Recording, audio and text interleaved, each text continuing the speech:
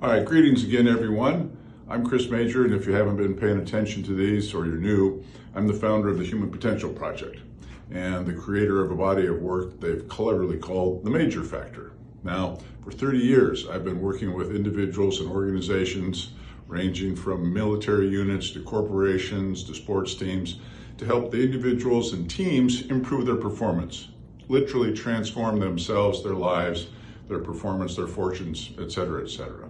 Point being, I know a little bit about this, and what I've set out to do is put together a little series of these videos to enable you to better understand what it actually takes to change yourself, that it is in fact possible.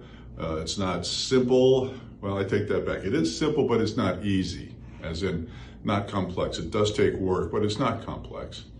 And for what we're working on today is, what are the things that need to get in your way? What are the things that typically trip people up? And the number one thing, believe it or not, is we are our own worst enemy, in the sense that your number one inhibitor to your success is your own mind.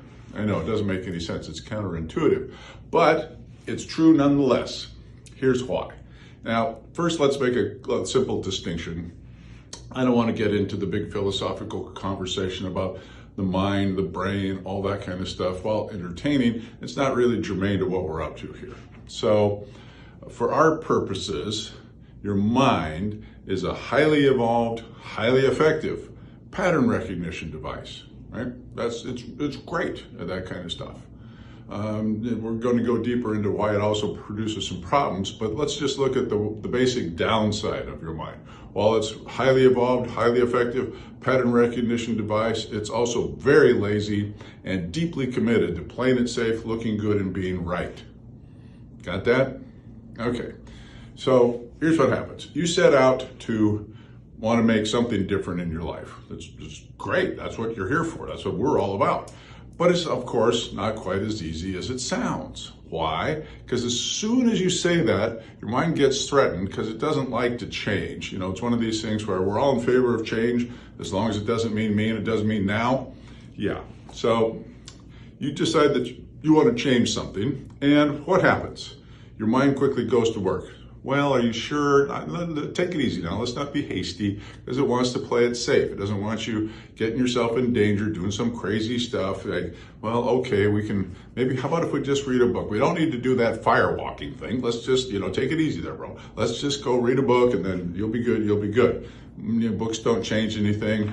Having done fire walking, it'll change some things, but not necessarily in the way, at the rate that you're looking for.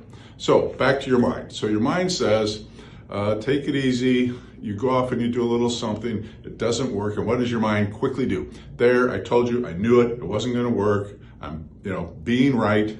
And you pull back and nothing much ever changes. Okay.